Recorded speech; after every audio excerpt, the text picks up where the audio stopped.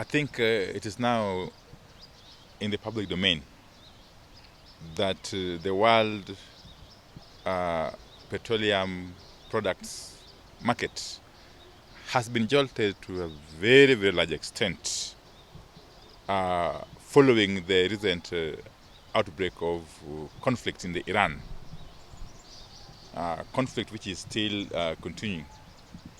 That conflict has really disrupted the petroleum products supply chain across the globe. And as you know, Kenya does not operate on an island of its own. Kenya operates within the Committee of Nations. It operates within the wider geopolitical space, and therefore what is happening in the Middle East has got a direct correlation with the situation in Kenya.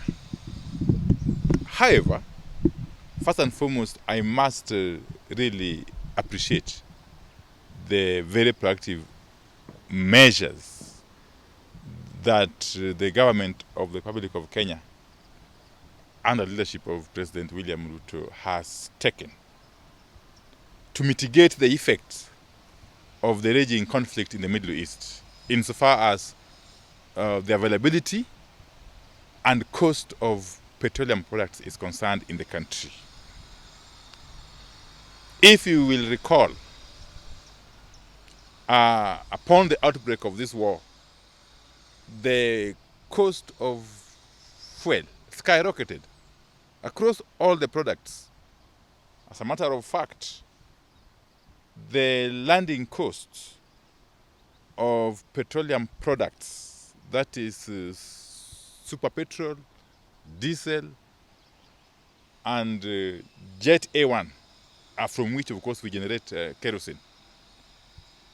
Between the month of February and March this year, the landed cost at the port of Mombasa of these three products went up by, for petrol, 42%, for diesel, 69%, and for kerosene, or jet A1, it went up by a whooping 105%, just between the month of February and March alone. The landed cost went up by that margin. And landed cost, of course, as you know, comprises the free on board cost, the insurance, the port handling costs, and so on and so forth. So in a span of 1 month, that cost for those three products went up by those margins: 42% for petrol, 69% for diesel, and 105% for kerosene. And therefore, it was critical that the government, under the directive of His Excellency the President, took the measures it took. One, by applying subsidy from the Petroleum Development Levy. This time around, the government has applied 6.2 billion shillings from the PDL as subsidy to cushion Kenyans from the skyrocketing cost of the petroleum products. In addition, you know, the government, through the National Treasury and Parliament, reduced the VAT on petroleum products from 16% to 8%, which is historic. That has enabled the petroleum products prices to be contained. If those two actions were not taken, the price of super petrol would have been 217 shillings per litre, and the price of diesel would have been 236 shillings per litre. And the price of kerosene would have been 261 shillings per litre. So those actions alone have enabled those prices to come down to 197 shillings for petrol, 196 shillings for diesel, and to 152 shillings for kerosene. You can imagine. In fact, kerosene the prices have been maintained from what it was previous month, despite the exorbitant increase in the cost of kerosene as landed in Mombasa between February and March this year. So this is a very pragmatic move by the government, and it has gone a long way towards cushioning Kenyans from this very, very steep increase in the price of petroleum products. Across the globe, it is an international phenomenon. It's not a Kenyan phenomenon per se. Okay? But Kenyan government has been most proactive, has been most pragmatic, and I must thank His Excellency the President for taking the lead in guiding us and in helping us cushion Kenyans from the high cost of petroleum products. Remember, for kerosene, and that's why we took that very bold move, not to allow the price of kerosene to increase by even a shilling. It is because kerosene is a product that is used by the very low in society. Across all the regions, it's a product you will find in every possible household in the countryside. Okay?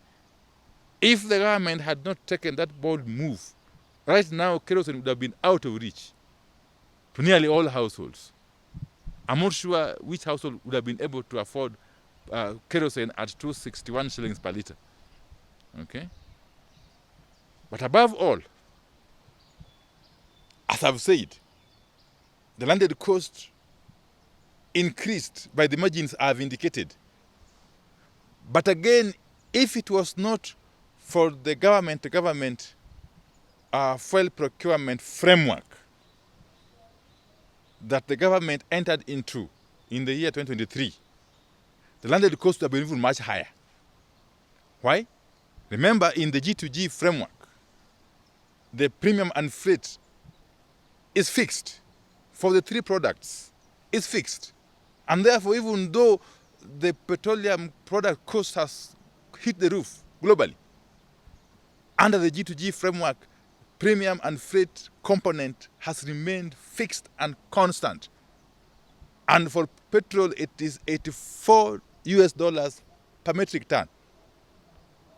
For diesel, it is $78 per metric ton. And for Jet A1, it is $97 per metric ton. That is cost which was negotiated by the government of Kenya and the international oil companies, the three of them that supply us these products. And it has remained unchanged, even during these turbulent times.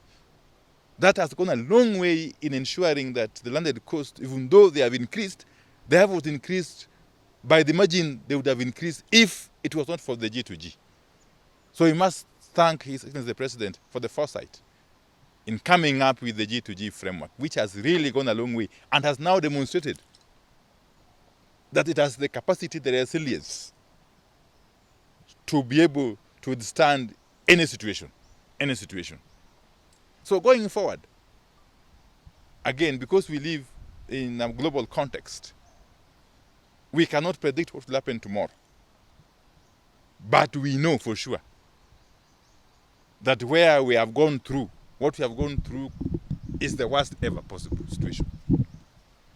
We remain optimistic that if the situation in the Middle East can stabilize, if the situation in the Middle East can improve, and if the Strait of Hormuz can be reopened in totality, the situation in terms of cost of these products is going to improve. So Kenyans should remain optimistic, and they must rest assured that the government that they elected is fully behind them, is fully aware of the situation, and is taking every possible measure to cushion them. They have got a caring and listening government led by President William Ruto.